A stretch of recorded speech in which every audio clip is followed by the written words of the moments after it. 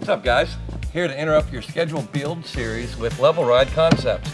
Local company out of Oregon, really nice guys. They make affordable bolt-on brackets for your hydros. You weld your hydro to it, or you can drill in holes and bolt the hydro directly to it. Works for 350Zs, 240S chassis, BMWs. They got it all. Check them out. Level Ride Concepts. They also chipped into our beer fund, by the way. I haven't picked it up yet. So if you guys have an idea on what's more manly of a beer than my water that I drink, AKA Bud Light, chime in the comments below. Put the wrong ones in the wrong spots, 'cause I just build cars all day.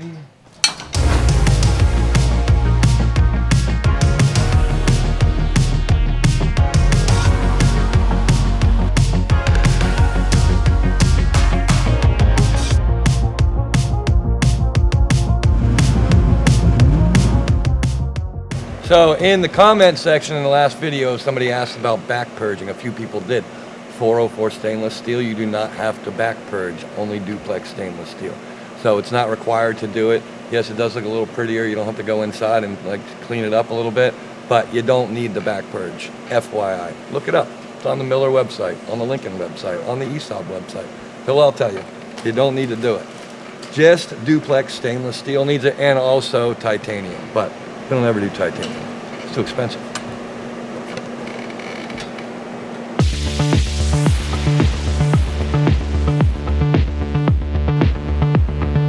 Yeah, down tight.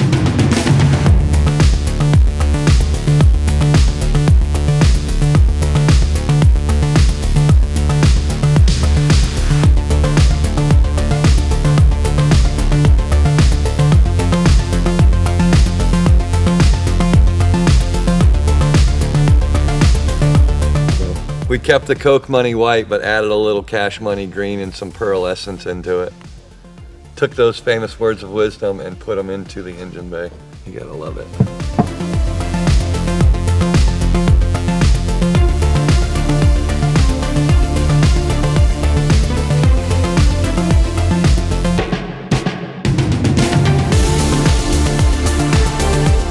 PRP hardware, the dress-up kit, looks real good, goes with all the rest of our green stuff.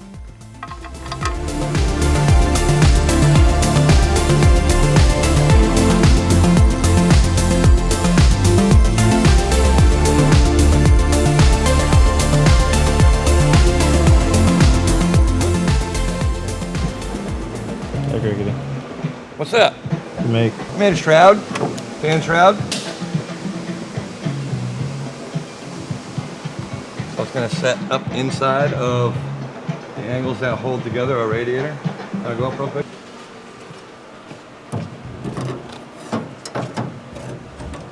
Remove those bars. Crickett, so I'm wondering, how do you do these perfect circles on here? Perfect circles. Plasma cutter, a piece of wire, and some tape, and you drill a hole once you find the actual true center of it, and you nut and bolt it. You can use a self-tapper if you want to as well. Nut and bolt, I can keep using it over and over again, and it... So you put the plasma cutter in between that. Yeah, so where this line is... So instead of following a line and tracing it and possibly just go veering off. Yeah, I'll just find where... I want to be on the outside of this line, so where the tip of my plasma cutter goes on the center, I'll put that right there, and then I'll tape it, and then it'll... Perfect circle. Go all the way around. Mm-hmm. I'm gonna go cut it and I'll show you afterwards. No, you're gonna show me. Oh, you gonna go over with me? Yeah. My plasma cutter's next door. Where are we going? To our other shop that's under construction, so you won't be able to see much. You'll get to see a toolbox with my plasma cutter up against the wall. Everything else is a secret. Welcome to the shop. What's this? Whoa, future projects. Oh, what's that? Can't show that either. It's top secret. All right, so we measured it out over there. Tip of the plasma. Slide it into this guy right here. Turn it on first. Up top.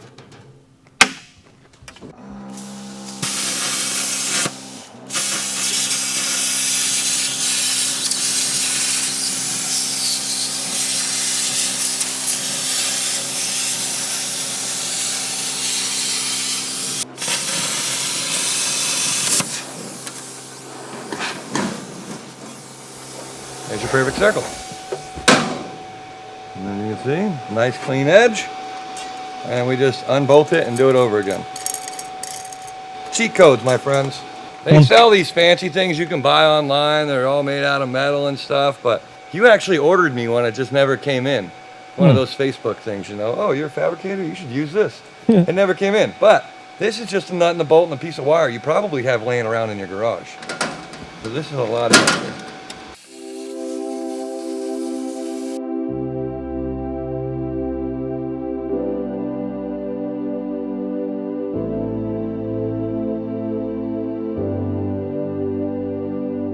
One of the other things I did, Joel, if you noticed, I shaved those down so I can get them closer together. Because if you don't, you know, that's another 1/2 inch. So take a 1/4 inch out of each side. You're really good at these extra 1/2 inches, huh? I'm measuring 1/4 inches, baby.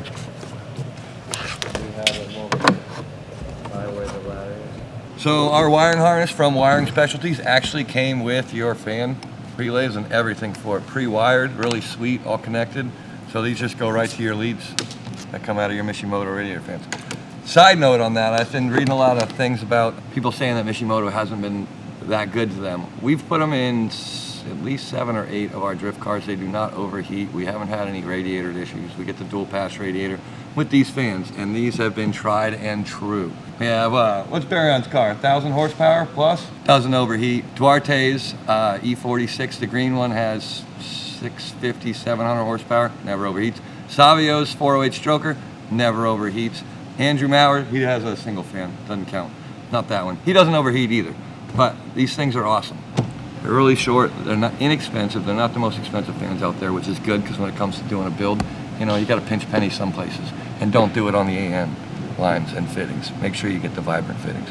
But Mishimoto for the win, always. They're pretty, you know, they always work, they never die, they never let us down. And if they do, though, lifetime warranty. Hey, lifetime warranty.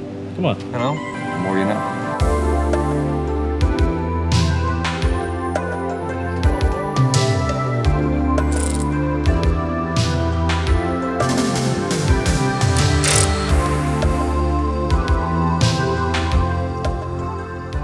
Heavy, isn't it?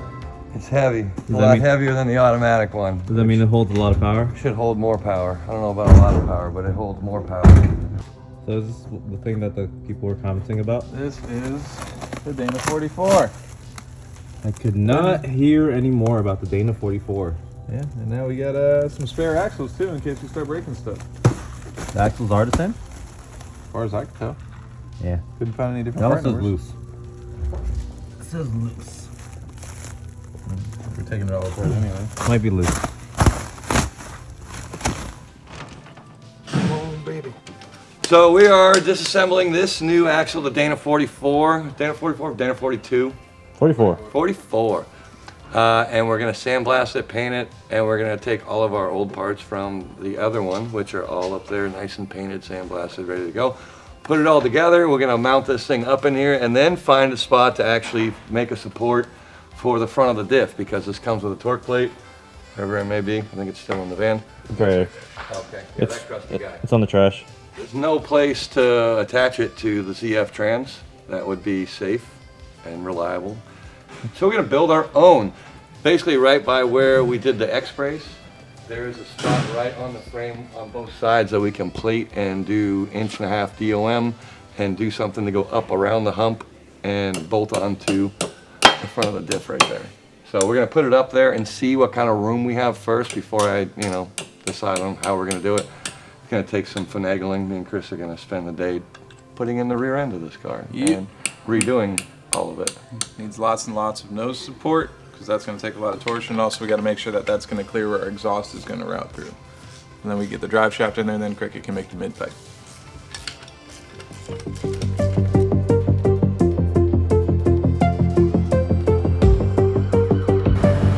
Sandblast some things, make her pretty.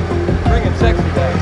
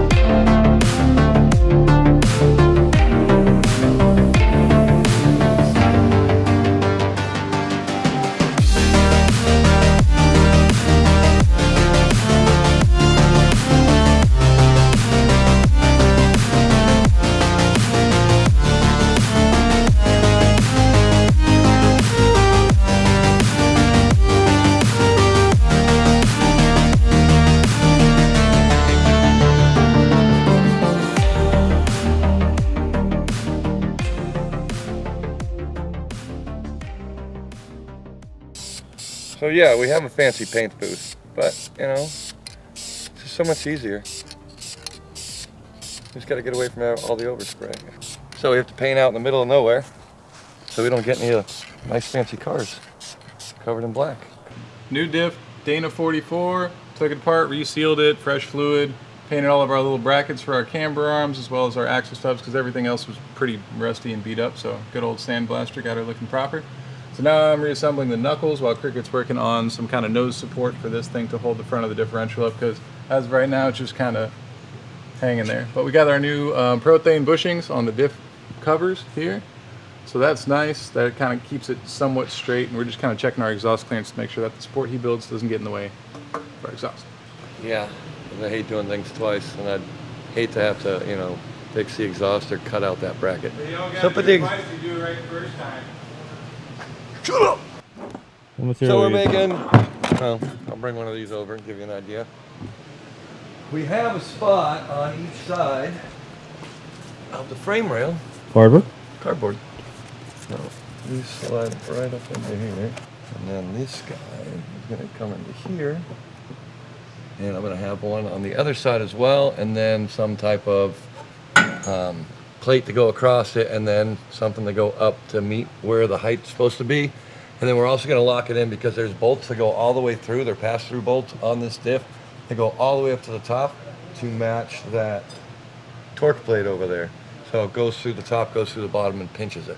So I'm gonna do the same thing, but I'm gonna use 3/16 steel, something a lot stronger, box it in, just because as you saw Chris move this thing up and down, it don't take much. So whatever I build on this has to be strong enough to hold the torque of it, forcing it down. So I'm gonna do the plate underneath it, and then do like a C-channel bracket to go and bolt onto it to clamp it down to it. So wish me luck.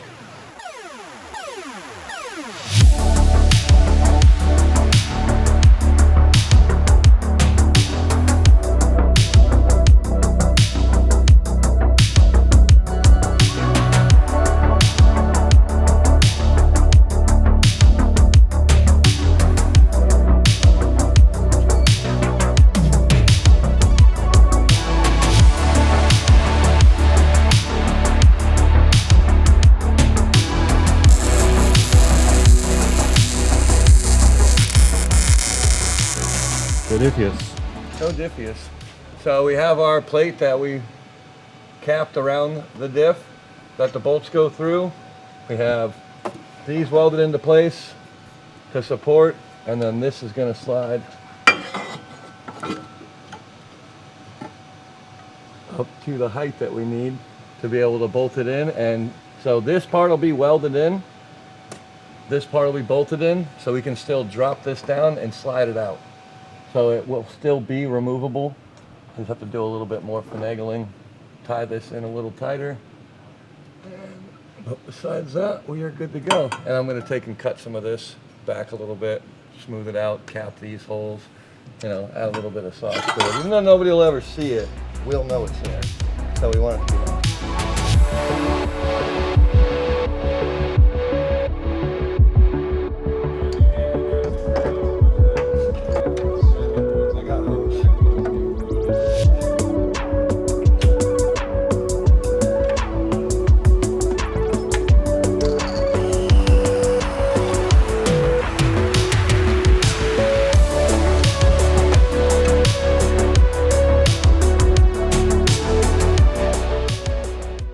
Cricket, I got a new lens.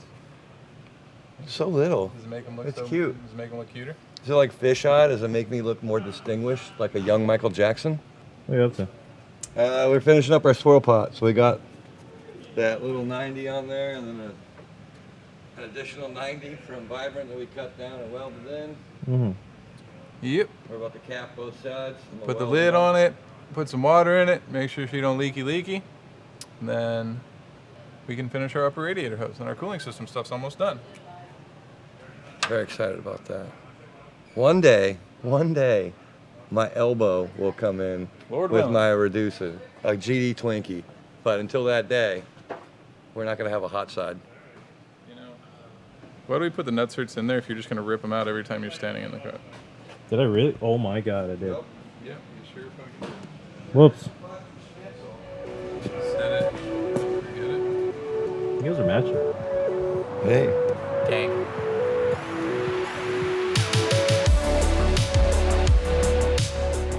I was busy doing internet stuff. Internet stuff. What'd you get? We got our reducers. Yeah? Unfortunately, they don't make one that goes 2 to 3 in a 3-inch section. They make it 2 to 2.5 and 2.5 to 3. So you have to have 6 inches worth of this for some reason. But they'll do it 3 to 4 in 3 inches, no problem. You know, like why couldn't they do this in that amount of space? Yeah. So what'd you do there? Crickett welded on this nice vibrant cast 90 onto this thing to kind of get us started moving forward. And this fella is going to go in here and we'll figure out how to clock it because we have to clear our power steering pump. So this has to come up, over, then down to where we're going. So working with something kind of like that. And then another 45 to go like this, and that'll tie into this guy's gonna go here. Look funny. Just like, oh, oh, there it goes again. Come back to me. It's like a jet ski. Look at that, and it comes right down. It's like a jet ski. Yeah, you ever fall off a jet ski before? Not a wave runner, a jet ski. I hope somebody actually gets that reference and explains it to Chris and I. Yeah, because I don't. So the No. stand-up jet skis when you No. I want the commenters to do it. okay. The commenters, Commenters. the commentators. So then a 45 right there, and we're golden. So, So this 2.5, 2 to 2.5. This is actually 2 1/4. So I need to cut this much off of it so it'll mate up and not be able to fit in there like that. So all I did was I just spaced out my Sharpie right on the edge, and there you go. Nice and neat. Now let's see if I can cut it straight.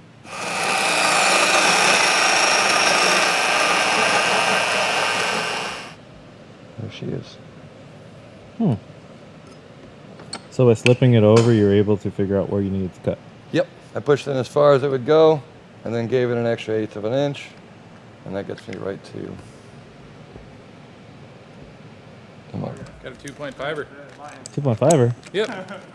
So, because the length of where our reducers are and everything like that, the only way we can do another Vangin is if we put the Vangin all the way up here. Whereas if we do the 2.5, we can put it after our reducer and we can put it down lower there. Oh, okay. I feel like it makes more sense than trying to do all of the reducers, then put a 3-inch like all the way at the top where our 45 is. Just kind of tuck it up, Gives make us the more room. pipe and look nicer. And it gives you an easier point to work off of.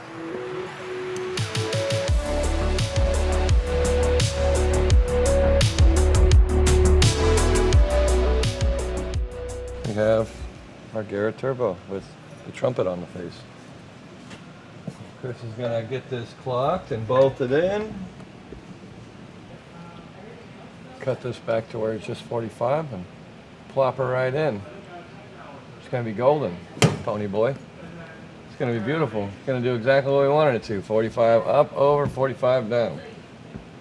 It'll run even with that one.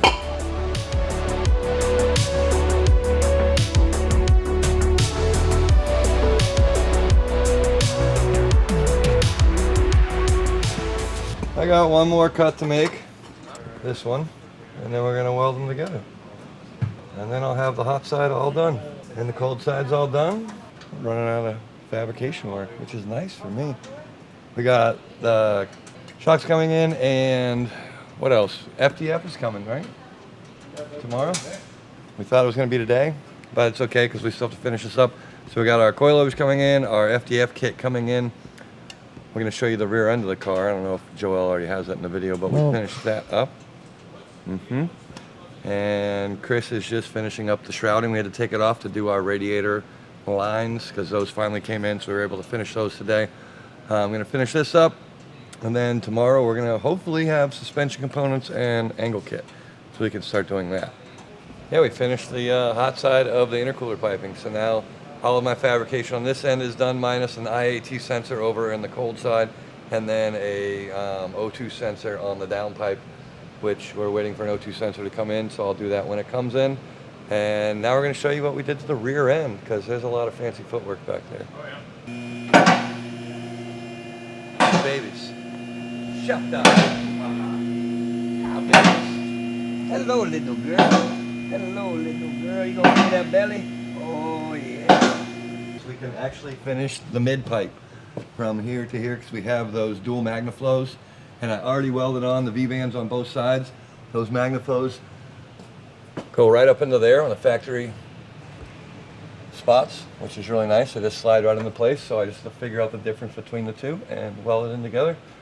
Just finished this as well. We had to come up with an idea on how to support the front of this diff because it comes with a torque plate and we can't integrate that into the ZF transmission. So what we ended up doing was welding on plates on the side of the frame rails. Same place what we did right here for the X-brace. This is the strongest part of the rear part of the frame that you can get to. Also the only metal part. Yeah, the only metal part you can actually get to without cutting anything out. So I did a 90-degree bend here, built it up with 3/16 plate, and went up into a channel, and then built a C plate right here. You know, just basically bent a C out of it, drilled holes, and it encased the whole outside of the diff so the bolts go all the way up and through and clamps it down into place and then gets tied into this. So this is removable. The diff can come out. This, however, is here forever. It's part of the car now. And we have an additional support right here that ties up into the chassis as well, just to not allow any more flex. You know, we'd rather overbuild it than underbuild it, just in case. We were told 450, but who knows? We want it to be rated for a lot more. So yeah, this is our Dana 44. We got it in, sandblasted the hell out of it because it was crusty. And everything looked brand new bushings, new adjustable trailing arm from Corvette mods. We got those in there. Axles are clean but used, but these things only had 30,000 miles on them, so we're kind of optimistic. Apparently there's people running like 8-second quarter miles with these rear ends and axles, so we're hoping that these axles keep that same energy. We don't need an 8.5-second car, but you know, we want it to handle the horsepower.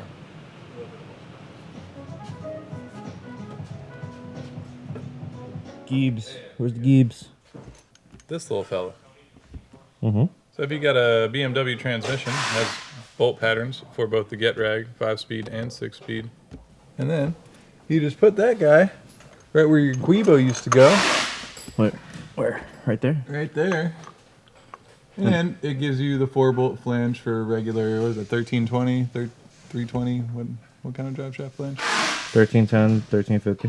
1310 and 1350 drive shaft flanges. And then you just bolt that up. And then you can put one-piece drive shafts in your BMW.